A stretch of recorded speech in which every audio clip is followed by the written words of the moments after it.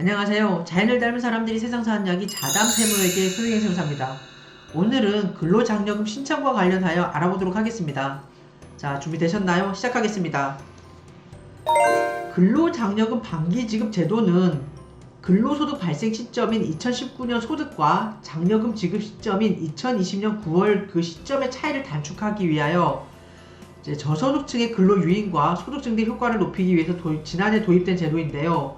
당의 제도의 개요는 그 자격이 근로장려금 반기 신청은 근로소득만 있는 거주자가 부부 합산 총소득이 가구별 단독인 경우에는 2천만원, 그리고 홀벌이인 경우에는 3천만원, 맞벌이 가구인 경우에는 3,600만원 미만이면서 가구원 모두의 재산 합계액이 총 2억원 미만인 경우에 신청이 가능합니다. 신청 기간은 상반기분은 9월 1일부터 9월 15일까지, 그리고 하반기분은 다음에 3월 1일부터 3월 15일까지가 원칙적인 신청 기간입니다. 지급액 및 지급 시기에 대해서 살펴보면은 연간 근로장려금 산정액의 35%를 이제 6개월마다 지급을 하고 다음에 9월에 정산하는 시스템입니다.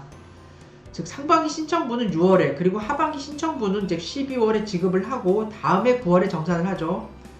최대 지급액 규모를 보면은 단독 가구인 경우에는 52만 5천원, 그리고 홀벌이 가구인 경우에는 91만원, 맞벌이 가구인 경우에는 105만원에 해당되는 금액이 최대 지급액에 해당이 되겠습니다. 다음으로 반기 신청과 정기 신청을 이제 비교해서 살펴볼 텐데요. 첫 번째 신청 대상자입니다. 반기 신청인 경우에는 상반기인 경우에는 1월부터 6월 사이에 근로소득이 있는 가구, 그리고 하반기인 경우에는 7월부터 12월 사이에 근로소득이 있는 가구가 반기 신청을 할 수 있는 대상자에 해당이 되겠습니다. 다음으로 정기 신청의 신청 대상자는 근로, 사업, 종교인 소득이 있는 가구가 이에 해당이 되겠습니다. 신청 기간 살펴보시면은 반기 신청인 경우에는 상반기는 9월 1일부터 9월 15일까지, 그리고 하반기인 경우에는 다음에 3월 1일부터 3월 15일까지가 신청 기간이 되겠습니다. 정기 신청인 경우에는 다음에 5월 1일부터 5월 31일까지가 그 신청 기간에 해당이 되겠고요. 세 번째로 지급 시기를 살펴보도록 하겠습니다.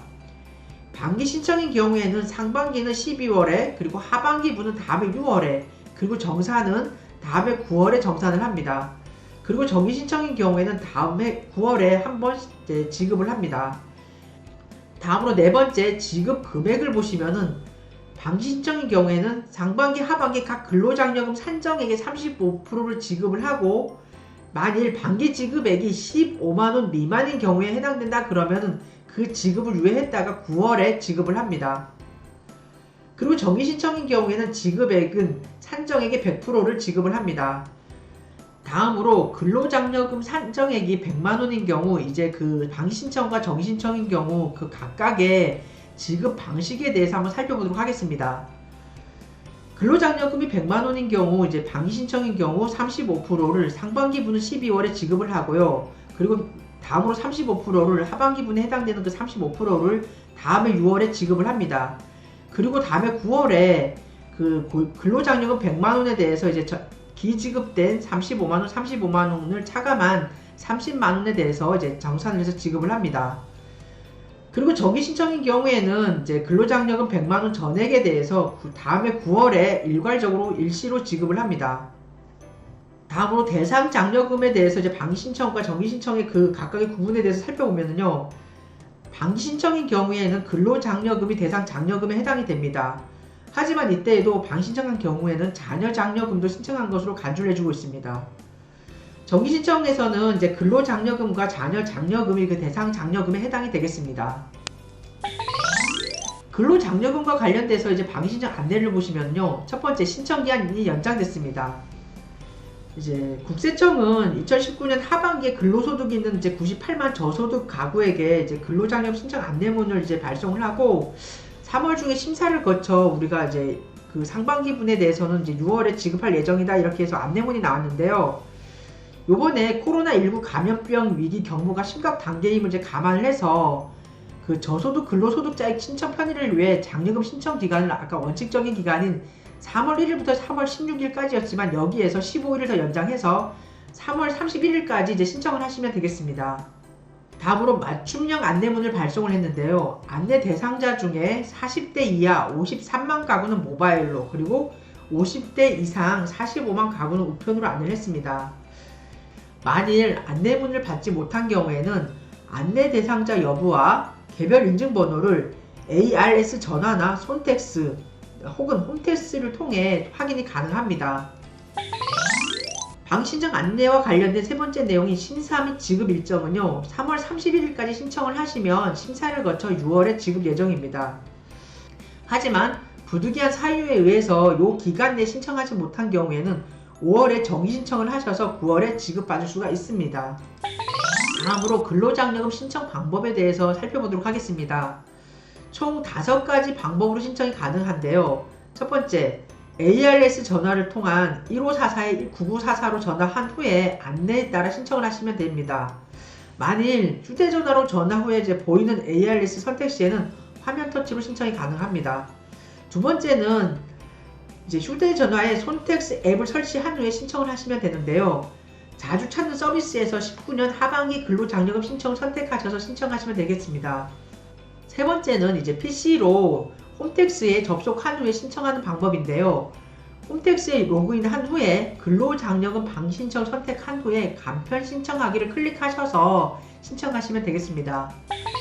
네 번째와 다섯 번째가 요번에 더 추가된 사항인데요. 네 번째 방법은 콜센터로 전화를 해서 7개의 지방청에 설치된 근로장려금 전용 콜센터 상담원에게 요청하시면 대신해서 신청을 해준다고 합니다. 여기서 서울청, 중부청, 부산청, 인천, 대전, 광주, 대구청의 그 콜센터를 이용해서 전화를 해서 신청을 하시면 되겠습니다. 다섯 번째는 안내문 발송 시 첨부된 근로장려금 신청 요청서를 작성하신 후에 팩스나 우편으로 제출하면 신청을 해줍니다. 만약에 이러한 고용장려금 신청 안내문을 받지 못한 경우에는 자가 진단에 따라 자신의 소득이라든가 재산 현황으로 볼 때 만약 신청 대상자에 해당이 된다 그러면 홈택스나 서면으로 신청이 가능합니다. 이때에는 신청자가 본인의 가구원, 소득, 재산 정보를 직접 입력하여 신청하시면 되겠습니다. 다음으로 일정한 사유에 해당이 되면 안내를 하지 않는 경우도 있는데요. 이러한 사례를 알아보도록 하겠습니다. 첫 번째, 하반기에 사업소득이나 종교인 소득이 있는 경우입니다. 사업소득이나 종교인 소득이 있는 경우에는 5월에 정기신청만이 가능합니다. 두 번째, 상반기 소득에 대해 2019년 9월 반기신청을 한 경우입니다. 이때에는 하반기 소득세에 대해서도 신청을 한 것으로 보기 때문에 안내를 하지 않았습니다. 세 번째, 근로소득 간이지급 명세서라든가 일용근로소득 지급 명세서에 의한 그 사전에 수집한 자료를 전산 분석한 결과 하반기 소득에 대해서 지급할 금액이 15만원 미만인 경우에도 역시 안내를 하지 않았습니다. 이때에도 9월 정산시에 지급을 합니다. 네 번째 사유입니다. 부부 합산 연간 총소득이나 가구별 재산이 기준금액 이상인 경우입니다. 즉, 총소득 기준은 단독 가구인 경우에는 2천만원 미만, 홀벌이인 경우에는 3천만원 미만, 맞벌이인 경우에는 3,600만원 미만이어야 되지만 이러한 총소득 기준이 그 기준금액 이상에 도달했기 때문에 안내를 하지 않을 수 있습니다. 또한 재산 기준이 가구원 소유 재산가액이 2억원 미만이어야 되는데 2억원 이상인 경우에 해당이 됐을 경우에 역시 안내를 하지 않습니다. 다섯 번째, 사업주가 근로소득 지급 명세서 등을 제출하지 않은 경우에도 안내를 하지 않았습니다. 다음으로 근로장려금과 관련하여 궁금하신 사항은 ARS라든가 전용 콜센터 그리고 126 상담센터로 문의를 하시면 되겠습니다. 마지막으로 근로장려금 신청과 관련하여 유의할 사항을 알아보도록 하겠습니다. 첫 번째, 신청 자격 충족 여부는 본인이 다시 확인을 하셔야 됩니다. 국세청의 신청 안내는 그 신청 편의를 위해 제공하는 것이기 때문에 신청 자격 충족 여부는 본인이 스스로 확인을 하고 신청을 해야 됩니다. 두 번째, 신청 금액과 실제 지급되는 금액이 다소 차이가 있을 수 있습니다. 신청 금액은 국세청이 보유하고 있는 가구, 소득, 재산, 그리고 자료를 반영하여 계산한 것이기 때문에 신청인의 실제 가구라든가 소득, 재산 현황에 따라 지급액과 차이가 날 수가 있습니다. 세 번째로, 환급 받을 계좌번호와 연락처를 반드시 기재하도록 하십시오. 네 번째, 정산 시에 환수가 발생 가능한 경우가 있는데요. 지난해 가구원, 재산 등의 변동으로 올해 9월 정산 시에 지급액이 감소하거나 지급에서 제외되는 경우에는 환수가 발생할 수가 있습니다. 다섯 번째, 감액 및 충당 사유에 대해서 알아보도록 하겠습니다. 재산 합계액이 1억 4천만 원 이상이면서 2억 원에 미달하는 경우에는 그 해당 장려금의 50%가 감액이 돼서 50%만이 지급이 됩니다. 만일 체납세액이 존재하는 경우에는요, 그 지급액의 30%를 한도로 당해 체납세액의 충당이 발생을 합니다. 이상해서 오늘은 여러분과 함께 3월 31일까지 이제 그 근로장려금 신청 기한이 연장된 반기 근로장려금 신청과 관련돼서 이제 알아보았습니다. 이상의 내용이 여러분이 근로장려금 신청하시는데 이제 유익한 정보가 되었으면 좋겠고요. 요즘 이제 뭐 연일 계속되는 코로나 그 19로 인해서 굉장히 힘든 나날을 지내고 있는데요. 어떻게 보면 당연시 여겼던 그 일상의 소중함이 정말 진짜 뼛속 깊이 진짜 중요하게 와닿는 순간, 매 순간순간인 것 같습니다.